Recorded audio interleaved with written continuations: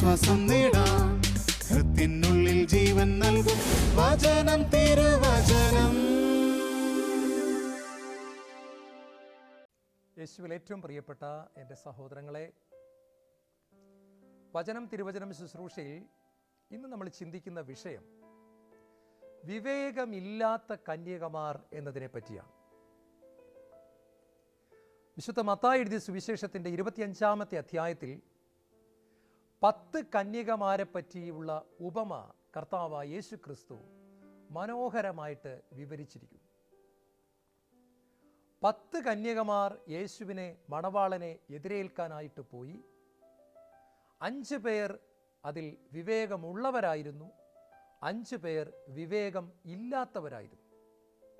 നമ്മളിന്ന് വിവേകമില്ലാത്ത കന്യകമാരെക്കുറിച്ചാണ് ദൈവത്തിൻ്റെ വചനത്തിൽ നിന്നും ചിന്തിക്കുന്നത്. ഇവർക്കെല്ലാവർക്കുമുള്ള ചില പ്രത്യേകതകൾ ഉണ്ടായിരുന്നു. ഒന്നാമത്തെ പ്രത്യേകത, ഇവരെല്ലാവരും കന്യകമാർ ആയിരുന്നു. ഇവരെല്ലാവരും ലൈംഗിക പരിശുദ്ധിയുള്ളവരായിരുന്നു. തങ്ങളുടെ ജീവിതം ദൈവത്തിന് പ്രിയപ്പെട്ടതായിട്ട് സൂക്ഷിക്കുവാൻ അതീവ ശ്രദ്ധ പുലർത്തിയവരായിരുന്നു. അവർ കന്യകകളായി ജീവിച്ചു, എന്നിട്ടും അവർ തള്ളപ്പെട്ടു. പ്രിയപ്പെട്ടവരെ, വളരെ ഗൗരവപരമായി തന്നെ നമ്മൾ ചിന്തിക്കേണ്ട ഒരു വിഷയമാണ് ഇത്. അവർ കന്യകകളായിരുന്നു എന്ന് പരിശുദ്ധാത്മാവ് എഴുതി വെച്ചാൽ അവർ കന്യകകളായിരുന്നു എന്ന് തന്നെയാണ് അതിൻ്റെ അർത്ഥം. അതിന് ഉന്നതമായ ലൈംഗിക വിശുദ്ധിയുടെ നിലവാരം ജീവിതത്തിൽ എന്നും കാത്തു സൂക്ഷിക്കുവാൻ നിർബന്ധം കാണിച്ചിരുന്നവരും അതിനുവേണ്ടി വില കൊടുത്തവരുമായിരുന്നു ഈ കന്യകകൾ. അവരുടെ ചിന്തയിലോ ഭാവനയിലോ മനസ്സിലോ അവർ പുരുഷന്മാരെക്കുറിച്ചുള്ള മോശം ചിന്തകൾ താലോലിച്ചിരുന്നവരായിരുന്നുവെങ്കിൽ അവർ കന്യകകളാണ് എന്ന് പരിശുദ്ധാത്മാവ് ഒരിക്കലും അവരെക്കുറിച്ച് രേഖപ്പെടുത്തത്തില്ലായിരുന്നു. അപ്പോൾ അവർ കന്യകകളായിരുന്നു. അവരവരുടെ കണ്ണുകളെ നിയന്ത്രിക്കുവാൻ വലിയ ഒരു വില കൊടുത്തിരുന്നു. അവരുടെ ചിന്തകളിൽ അവർ യുദ്ധം ചെയ്തു. അവരുടെ ശരീരത്തിൻ്റെ അവയവങ്ങളെ അവർ പരിശുദ്ധിയോടുകൂടെ തന്നെ സൂക്ഷിച്ചു. എന്നിട്ടും മണവാളൻ വന്നപ്പോൾ മണവാളനോടൊപ്പം എടുക്കപ്പെടാനുള്ള ഒരു ഭാഗ്യം അഥവാ ഒരു യോഗ്യത അവർക്ക് കിട്ടിയില്ല എന്ന് ദൈവത്തിൻ്റെ വചനം പറയും. പ്രിയപ്പെട്ട സഹോദരങ്ങളെ, ലൈംഗിക പരിശുദ്ധിയെ താഴ്ത്തിക്കെട്ടാൻ വേണ്ടിയിട്ടല്ല കർത്താവ് ഈ ഉപമ പറഞ്ഞത്. തീർച്ചയായിട്ടും ദൈവം ഏറ്റവും അധികം ആഗ്രഹിക്കുന്ന, നമ്മിൽ നിന്നും പ്രതീക്ഷിക്കുന്ന ഗുണങ്ങളിൽ ഒന്ന് തന്നെയാണ് അത്. 1 തെസ്സലോനിയർ 4-ാം അധ്യായത്തിൻ്റെ 3-ാമത്തെ തിരുവചനം പറയുന്നുണ്ട്, your sanctification is the will of God. നിങ്ങളുടെ വിശുദ്ധീകരണമാണ് ദൈവം ആഗ്രഹിക്കുന്നത്. 1 തെസ്സലോനിയർ 4:7 പറയുന്നു, അശുദ്ധിയിലേക്കല്ല വിശുദ്ധിയിലേക്കാണ് ദൈവം നിങ്ങളെ വിളിച്ചിരിക്കുന്നത്. ഈ കാര്യങ്ങൾ അവഗണിക്കുന്നവൻ മനുഷ്യനെ അല്ല, പരിശുദ്ധാത്മാവിനെ നിങ്ങൾക്ക് നൽകിയ ദൈവത്തെയാണ് അവഗണിക്കുന്നതെന്ന് കൂടി പറഞ്ഞിരിക്കുന്നു. അത്രമാത്രം ദൈവം അത് ആഗ്രഹിക്കുന്നുണ്ട്. പരിശുദ്ധ കന്യകാമറിയത്തിൻ്റെ പരിശുദ്ധിയെപ്പറ്റിയാണല്ലോ നമ്മൾ ഏറ്റവും കൂടുതൽ പുകഴ്ത്തി പറയാറുള്ളത്. അൽഫോൻസാമയുടെ പരിശുദ്ധിയെപ്പറ്റിയാണല്ലോ നമ്മൾ അൽഫോൻസാമയിൽ ഏറ്റവും കൂടുതൽ നമ്മൾ ഉയർത്തി പറയാറുള്ളത്. എന്നിട്ടും പ്രിയപ്പെട്ടവരെ, ഈ 5 പേർ കന്യകകളായിരുന്നു എന്നിരുന്നിട്ടും മണവാളൻ വന്നപ്പോൾ അവർ എടുക്കപ്പെടാതിരുന്നതിലൂടെ ദൈവം നമ്മളെ കാണിച്ചു തരുന്ന ഒരു സത്യമുണ്ട്. സ്വർഗത്ത് പോകാൻ ലൈംഗിക പരിശുദ്ധി മാത്രം പോരാ. ഞാൻ എൻ്റെ ജീവിതത്തിൽ ചില വ്യക്തികളെങ്കിലും കണ്ടിട്ടുണ്ട്, ഉന്നതമായ ലൈംഗിക വിശുദ്ധി സൂക്ഷിക്കുന്നവരാണ്, പക്ഷേ അവർ ഹൃദയത്തിൽ ചില വ്യക്തികളോട് വെറുപ്പ് വച്ച് പുലർത്തുന്നു. ഈ ലൈംഗിക പരിശുദ്ധിയുടെ പേരിൽ തന്നെ ഒരു അഹങ്കാരം കൊണ്ട് നടക്കുന്നു. മറ്റുള്ളവരെല്ലാം വിമർശിക്കുന്നു, കുറ്റം പറയുന്നു. പക്ഷേ അവർക്ക് ലൈംഗിക പരിശുദ്ധി ഉണ്ട്. ഈ ഒരൊറ്റ കാരണത്താൽ സ്വർഗത്തിൻ്റെ വാതിലുകളോ കിളിവാതിലുകളോ ജനലുകളോ ഒന്നും ഈ വ്യക്തികളുടെ മുമ്പിൽ തുറക്കപ്പെടുകയില്ല എന്ന് കർത്താവിൻ്റെ വചനം മത്തായി സുവിശേഷം 25-ാം അധ്യായത്തിലെ 10 കന്യകമാരുടെ ഉപമയിലൂടെ വ്യക്തമായിട്ട് നമ്മളെ പഠിപ്പിക്കുന്നു. നമ്മളിത് വളരെ ഗൗരവതരമായിട്ട് തന്നെ നമ്മുടെ ജീവിതത്തിൽ ധ്യാന വിഷയമായിട്ട് എടുക്കണം. രണ്ടാമത് കന്യകമാർക്കുണ്ടായിരുന്ന ഗുണം, അവർ എല്ലാവരും തന്നെ വിളക്കുകൾ എടുത്തിരുന്നു. 119-ാം സങ്കീർത്തനത്തിൻ്റെ 105-ാമത്തെ വചനം പറയുന്നു, കർത്താവേ, അങ്ങയുടെ വചനം എൻ്റെ പാദങ്ങൾക്ക് വിളക്കാണ് എന്ന് പറഞ്ഞാൽ എന്താണ് പ്രിയപ്പെട്ടവരെ ദൈവം അർത്ഥമാക്കുന്നത്? ഈ കന്യകമാർ വചനമെടുത്തിരുന്നു, വചനം വായിക്കുന്നവരായിരുന്നു, വചനം ധ്യാനിക്കുന്നവരായിരുന്നു, വചനം ഹൃദയത്തിൽ കൊണ്ടു നടക്കുന്നവരായിരുന്നു. കൊളോസസുകാർക്ക് എഴുതിയ ലേഖനം 3-ാം അധ്യായം അതിൻ്റെ 16-ാമത്തെ തിരുവചനം പറയുന്നു, be filled with the word of God. ക്രിസ്തുവിൻ്റെ വചനം നിങ്ങളിൽ സമൃദ്ധമായി വസിക്കട്ടെ. ക്രിസ്തുവിൻ്റെ വചനം കൊണ്ടു നടക്കുന്നവരാകുവിൻ. ക്രിസ്തുവിൻ്റെ വചനത്തെ ഹൃദയത്തിൽ കൊണ്ടു നടക്കുന്നവരാകുവിൻ. ഈ കന്യകമാർ കർത്താവിൻ്റെ വചനത്തെ ഹൃദയത്തിൽ കൊണ്ടു നടക്കുന്നവരായിരുന്നു. എന്നിട്ടും അവർ തള്ളപ്പെട്ടു. വചനം കൊണ്ട് നടക്കുന്നത് മോശം കാര്യമാണോ? വചനം വായിക്കുന്നത് മോശം കാര്യമാണോ? വചനം ധ്യാനിക്കുന്നത് ദൈവത്തിന് ഇഷ്ടമില്ലാത്ത കാര്യമാണോ? അല്ല, വളരെ ഇഷ്ടമുള്ള കാര്യമാണ്. ജോഷുവയുടെ പുസ്തകം 1-ാം അധ്യായത്തിൽ ദൈവം ജോഷുവയെ കാനാൻ ദേശത്തേക്ക് ഇസ്രായേലിനെ നയിക്കുന്ന ക്യാപ്റ്റനായി തിരഞ്ഞെടുക്കുമ്പോൾ, അനോയിൻറ്റഡ് ലീഡറായി തിരഞ്ഞെടുക്കുമ്പോൾ, അഭിഷേകമുള്ള മകനായി തിരഞ്ഞെടുക്കുമ്പോൾ ദൈവം പറയുന്ന ആദ്യത്തെ കാര്യം ഇത് തന്നെയാണ്, meditate my word day and night. Joshua my Joshua, you should meditate upon my word day and night. രാവും പകലും എൻ്റെ വചനത്തെക്കുറിച്ച് നീ ധ്യാനിക്കണം. ന്യായപ്രമാണ ഗ്രന്ഥം എപ്പോഴും നിൻ്റെ അതരത്തിലുണ്ടായിരിക്കണം, നിൻ്റെ ഹൃദയത്തിലുണ്ടായിരിക്കണം. രാവും പകലും നീ ധ്യാനിക്കുമ്പോൾ നിൻ്റെ സകല പ്രവൃത്തികളിലും നീ വിജയം വരിക്കും. ആർക്കും നിന്നെ പരാജയപ്പെടുത്താൻ കഴിയുകയില്ല. ദൈവത്തിൻ്റെ വചനം ധ്യാനിക്കണമെന്ന് ദൈവം തന്നെ പറഞ്ഞു. എന്നിട്ടും ഈ കന്യകമാർ ഇവിടെ വചനമാകുന്ന വിളക്ക് എടുത്തുകൊണ്ട് നടന്നിട്ടും മണവാളൻ വന്നപ്പോൾ അവർ തള്ളപ്പെട്ടു പോയി. പ്രിയപ്പെട്ടവരെ, നമ്മളിത് വളരെ ശ്രദ്ധയോടുകൂടെ പഠിക്കണം. വചനം നിറഞ്ഞു നിന്നിട്ടും ഇവർ തള്ളപ്പെട്ടു. ചരിത്രത്തിൽ ഒരുപാട് തവണ ആവർത്തിക്കുന്ന ഒരു അബദ്ധമാണിത്. യേശു ജനിച്ചപ്പോൾ അവിടെ തള്ളപ്പെട്ടു പോയത് വചനം കൊണ്ടു നടന്ന വ്യക്തികൾ തന്നെയാണ്. ഹെറോദേസ് രാജാവ് പണ്ഡിതന്മാരെ വിളിച്ച് ചോദിക്കുന്നില്ലേ, എനിക്ക് ബൈബിൾ വലിയ പിടുത്തമൊന്നുമില്ല, അതുകൊണ്ട് നിങ്ങൾ പറഞ്ഞതാ മിശിഹ എവിടെയാ ജനിക്കുന്നത്? ബൈബിളിലെ വചനം കാണാപ്പാടം പഠിച്ചു വച്ചിരുന്ന അന്നത്തെ പണ്ഡിതന്മാർ വിളിച്ചു പറഞ്ഞു, യൂദയായിലെ ബെത്ലഹേമേ, നീ ഇസ്രായേലിലെ മറ്റ് നഗരങ്ങളിൽ ഒട്ടും താഴെയല്ല. എന്നിൽ നിന്ന് പിറക്കാനുള്ളവൻ നിന്നിലൂടെയായിരിക്കും ലോകത്തിലേക്ക് വരുന്നത്. അവർ പറഞ്ഞു, രാജാവേ, യൂദയായിലെ ബെത്ലഹേമിൽ തന്നെ ആയിരിക്കും രക്ഷകൻ പിറക്കുന്നത്. പക്ഷേ രക്ഷകൻ വന്നപ്പോൾ അവർ തള്ളപ്പെട്ടു പോയി. കന്യകമാർ വിളക്കുകൾ എടുത്തിട്ടും കന്യകമാർ തള്ളപ്പെട്ടു പോയി. യോഹന്നാന്റെ സുവിശേഷം ആരംഭിക്കുന്നത് തന്നെ വചനത്തെക്കുറിച്ച് പറഞ്ഞുകൊണ്ടാണല്ലോ പ്രിയപ്പെട്ടവരെ. 1-ാം അധ്യായം 1 മുതൽ വാക്യങ്ങൾ, ആദിയിൽ വചനമുണ്ടായിരുന്നു, വചനം ദൈവത്തോടു കൂടെയായിരുന്നു, വചനം ദൈവമായിരുന്നു, സകലതും അവനിലൂടെ ഉണ്ടായി, ഒന്നും അവനെ കൂടാതെ ഉണ്ടായിട്ടില്ല. അവനെ സ്വീകരിച്ചവർക്കെല്ലാം, അവന്റെ നാമത്തിൽ വിശ്വസിച്ചവർക്കെല്ലാം ദൈവമക്കളാകാൻ അവൻ കഴിവ് നൽകി. സകല മനുഷ്യരെയും പ്രകാശിപ്പിക്കുന്ന യഥാർത്ഥ വെളിച്ചം വചനം ലോകത്തിലേക്ക് വരുന്നുണ്ടായിരുന്നു. അതിനെ കീഴടക്കാൻ അന്ധകാരത്തിന് കഴിഞ്ഞില്ല. വചനത്തെപ്പറ്റി ഇത്രമാത്രം മനോഹരമായിട്ട് പറഞ്ഞിട്ടും വചനമെടുത്ത കന്യകമാർ യേശു വരുന്ന സമയത്ത്, മണവാളൻ വന്ന സമയത്ത് തള്ളപ്പെട്ടു പോയി. എന്നെ കേട്ടുകൊണ്ടിരിക്കുന്ന പ്രിയപ്പെട്ടവരെ, വചനം ബുദ്ധി മുഴുവൻ നിറഞ്ഞു നിന്നാലും യേശുവിൻ്റെ വരവിൽ എടുക്കപ്പെടണമെന്ന് നിർബന്ധമില്ല എന്ന് പരിശുദ്ധാത്മാവ് എന്നെയും നിങ്ങളെയും ഓർമ്മിപ്പിക്കുകയാണ്. വചനം പറയുന്ന എൻ്റെ സുഹൃത്തുക്കളെ, എൻ്റെ സഹോദരങ്ങളെ, നമ്മൾ എത്ര നന്നായിട്ട് വചനം പറയുന്നവരാണെങ്കിലും യേശുവിൻ്റെ വരവിൽ എടുക്കപ്പെടണമെന്ന് നിർബന്ധമില്ല എന്ന് 10 കന്യകമാരുടെ ഉപമയിലൂടെ ഇന്ന് കർത്താവ് നമ്മളെ വ്യക്തമായിട്ട് പഠിപ്പിക്കുകയാണ്. അവർ വിളക്കുകൾ എടുത്തിരുന്നു, എന്നിട്ടും അവർ തള്ളപ്പെട്ടു പോയി. മൂന്നാമത്, അവർ മണവാളനെ കാത്തിരിക്കുന്നവരായിരുന്നു. അവർക്കൊറ്റ മണവാളനെ ഉണ്ടായിരുന്നുള്ളൂ. ഇത് വളരെ വേദനാജനകമാണ്. വേറെ ഒരു മണവാളൻ്റെയും പുറകെ അവർ പോയില്ല. ലോകത്തിലെ മറ്റൊന്നിനും അവരെ ആകർഷിക്കാനായിട്ട് കഴിഞ്ഞില്ല. ആരെങ്കിലുമൊക്കെ ഹൃദയത്തിൽ കൊണ്ടു നടന്ന് ദൈവമായി കരുതുന്നവരല്ലായിരുന്നു അവർ. സിനിമാ താരങ്ങളോ സ്പോർട്സ് താരങ്ങളോ രാഷ്ട്രീയ നേതാക്കളോ മത നേതാക്കന്മാരോ ഒന്നും അവരുടെ ഹൃദയത്തിലില്ലായിരുന്നു. അവരുടെ ഹൃദയത്തിൽ ഒരേ ഒരു മണവാളനെ ഉണ്ടായിരുന്നുള്ളൂ. ഹെബ്രായ ലേഖനം 9-ാം അധ്യായത്തിൻ്റെ 28-ാമത്തെ വചനം പറയുന്നുണ്ട്, അവൻ വീണ്ടും വരും, പാപപരിഹാരാർത്ഥമല്ല, തന്നെ ആകാംക്ഷാപൂർവം കാത്തിരിക്കുന്നവരുടെ രക്ഷയ്ക്കു വേണ്ടി. അവൻ വീണ്ടും വരും, പാപപരിഹാരാർത്ഥമല്ല, തന്നെ ആകാംക്ഷാപൂർവം കാത്തിരിക്കുന്നവരുടെ രക്ഷയ്ക്കു വേണ്ടി. ഈ പാവപ്പെട്ട കന്യകമാർ, അവർ വിളക്കെടുത്തിരുന്നു, അവർ കന്യകമാരായിരുന്നു, അവർ മണവാളനെ കാത്തിരുന്നു. എന്നിട്ടും മണവാളൻ വന്നപ്പോൾ അവർ തള്ളപ്പെട്ടു. യേശു ക്രിസ്തു ഏകരക്ഷകനാണ് എന്ന് വിശ്വസിച്ചതുകൊണ്ട് മാത്രം നമ്മൾ എടുക്കപ്പെടണമെന്ന് നിർബന്ധമില്ല. കർത്താവിൻ്റെ വരവിന് വേണ്ടി ഞാൻ ഒരുങ്ങിയിട്ടുണ്ട് എന്ന് പറഞ്ഞതുകൊണ്ട് മാത്രവും നമ്മൾ എടുക്കപ്പെടണമെന്ന് നിർബന്ധമില്ല. വചനം ശ്രദ്ധിച്ച് പഠിക്കുമ്പോൾ നമ്മൾ അത്ഭുതപ്പെട്ടു പോകും. അതുകൊണ്ടാണ് ആദ്യത്തെ മാർപ്പാപ്പയെ പത്രോസ് പറഞ്ഞത്, നീതിമാൻ കഷ്ടിച്ചു മാത്രമേ രക്ഷപ്പെടുന്നുള്ളൂ എങ്കിൽ പാപിയുടെയും ദൈവത്തെ അനുസരിക്കാത്തവൻ്റെയും ഗതി എന്തായിത്തീരും?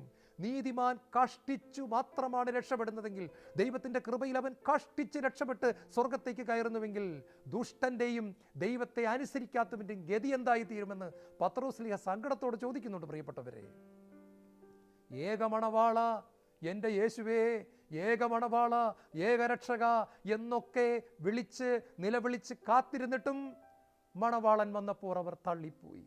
നാലാമതായി, അവർ ലോകത്തെ വെറുത്ത് ദൈവത്തെ മാത്രം കാത്തിരുന്നവരായിരുന്നു. ലോകത്തെ വെറുത്തവരായിരുന്നു അവർ. നമ്മൾ ബൈബിൾ ശ്രദ്ധിച്ച് വായിക്കുമ്പോൾ കാണുന്നുണ്ട്, അവർ സിനിമാ തിയേറ്ററിലല്ലായിരുന്നു മണവാളൻ വന്നപ്പോൾ. ഒളിമ്പിക്സ് കാണാൻ പോയിരുന്നില്ല മണവാളൻ വന്നപ്പോൾ. ക്രിക്കറ്റ് കളി കാണാൻ പോയിരുന്നില്ല മണവാളൻ വന്നപ്പോൾ. മണവാളൻ വന്നപ്പോൾ അവരൊരു മുറിയിൽ തന്നെ, അടച്ചിട്ട മുറിയിൽ അവർ കാത്തിരിക്കുകയായിരുന്നു.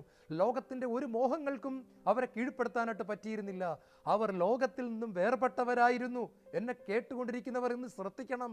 നിങ്ങൾ ലോകത്തിൽ നിന്ന് ഒത്തിരി ഡിറ്റാച്ച്ഡ് ആയിരിക്കാം, ഒത്തിരി സെപ്പറേറ്റഡ് ആയിരിക്കാം, ഒരുപാട് വേർതിരിക്കപ്പെട്ടവരായിരിക്കാം. അത് കാണുന്നില്ല, ഇത് കാണുന്നില്ല, അത് വായിക്കുന്നില്ല, ഒക്കെ നല്ലത് തന്നെ. പക്ഷെ അതിൻ്റെ പേരിൽ ഞാനും നിങ്ങളും പുകഴാൻ പാടില്ല. നമ്മൾ കർത്താവ് വരുമ്പോൾ എടുക്കപ്പെടണമെന്ന് നിർബന്ധമില്ല.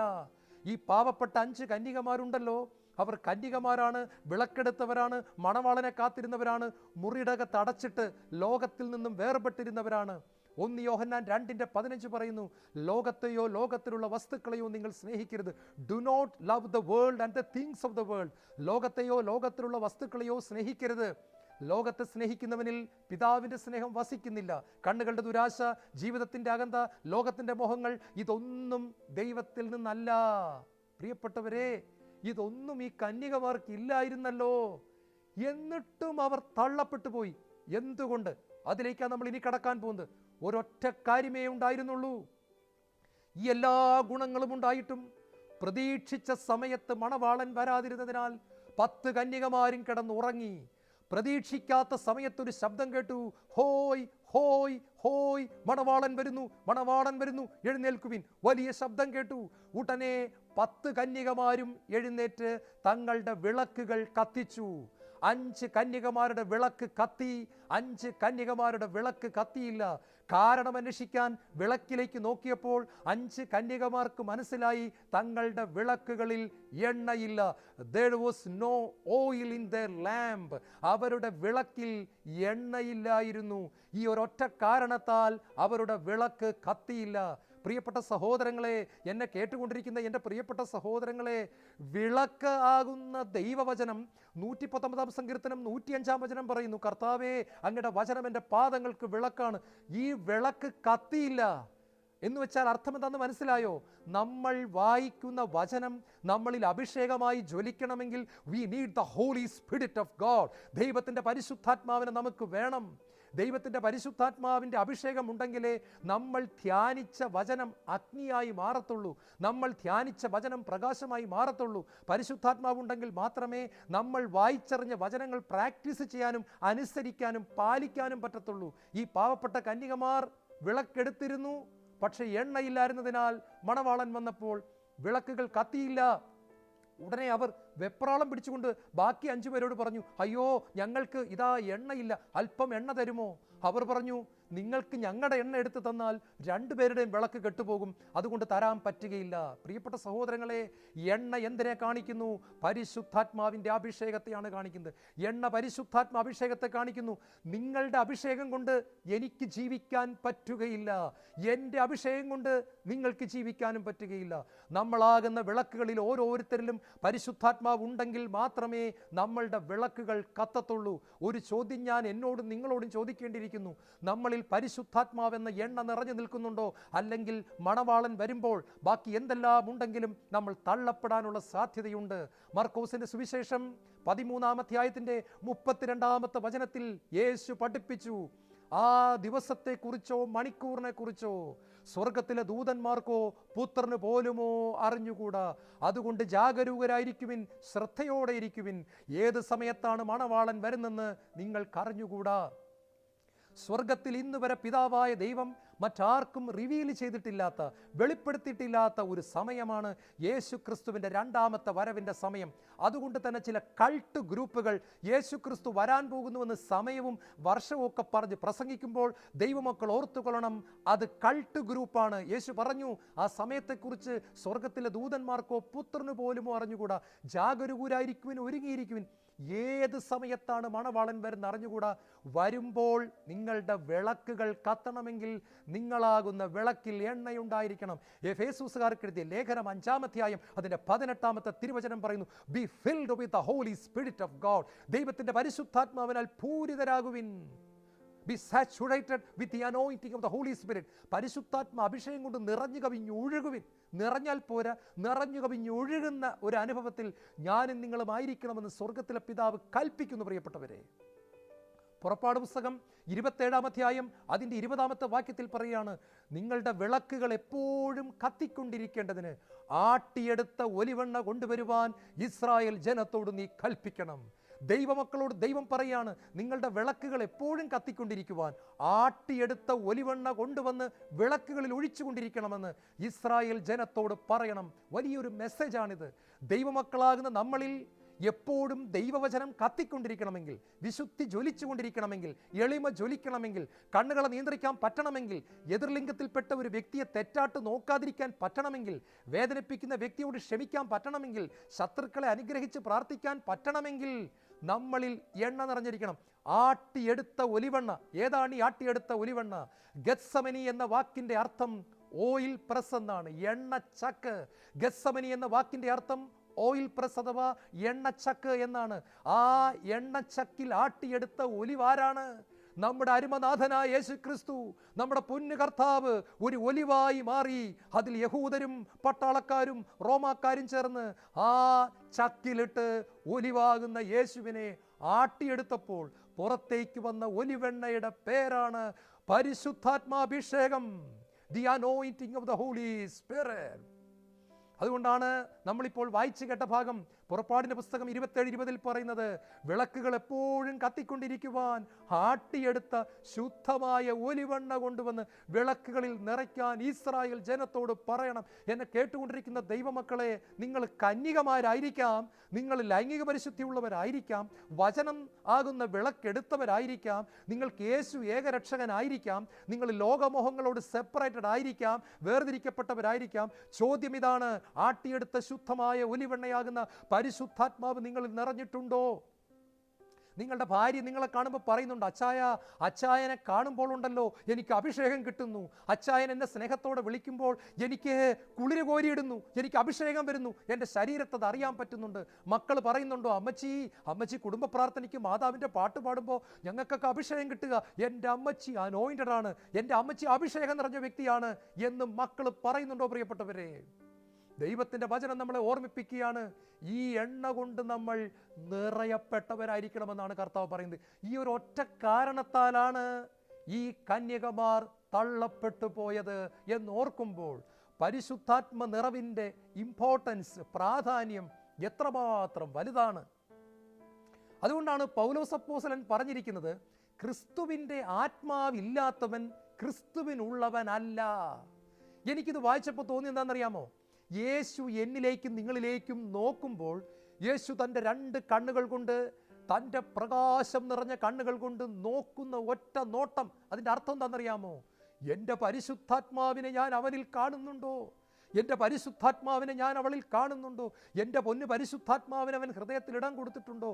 എൻ്റെ പരിശുദ്ധാത്മാവ് അവരിൽ നിറഞ്ഞു നിൽക്കുവാൻ അവൻ സമർപ്പിക്കപ്പെട്ട വ്യക്തിയാണോ എന്നുള്ളതാണ് ചോദ്യം. പ്രിയപ്പെട്ടവരെ, തള്ളപ്പെട്ടു പോകുന്ന അനേകരുടെ ജീവിതത്തിൽ അവർ തള്ളപ്പെട്ടു പോകാനുള്ള ഏക കാരണം, അവർ ഒരുപാട് ആചാര അനുഷ്ഠാനങ്ങൾ അനുഷ്ഠിക്കുന്നെങ്കിലും, ഒരുപാട് നിയമങ്ങൾ പാലിക്കുന്നെങ്കിലും ദൈവത്തിൻ്റെ ആത്മാവ് കൊണ്ടവർ നിറയപ്പെടാത്തവരാണ് എന്നുള്ളതാണ് തള്ളപ്പെട്ടു പോകാനുള്ള പ്രധാനപ്പെട്ട കാരണം.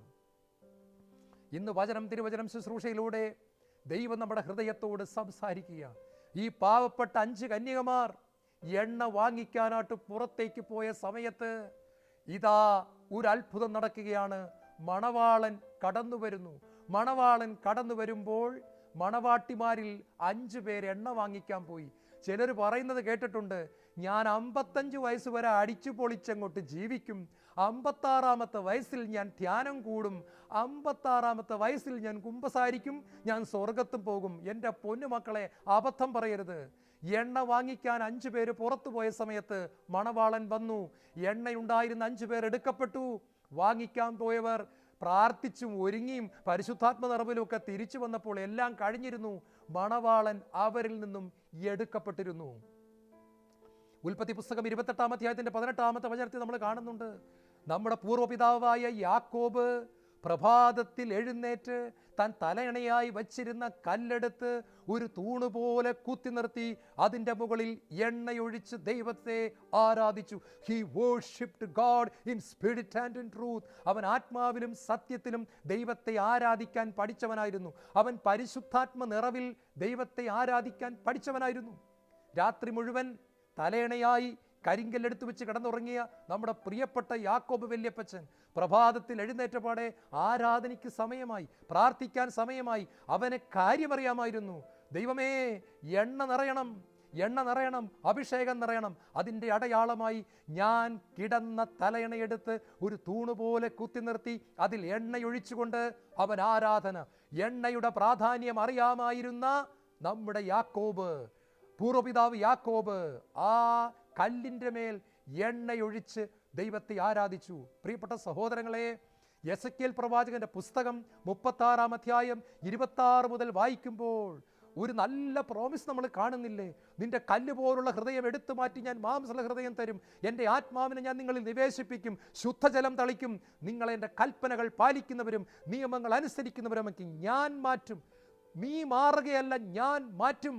I will make you a new person in Christ Jesus. You cannot change yourself. നിനക്ക് നിന്നെ മാറ്റാൻ പറ്റില്ല മോനെ.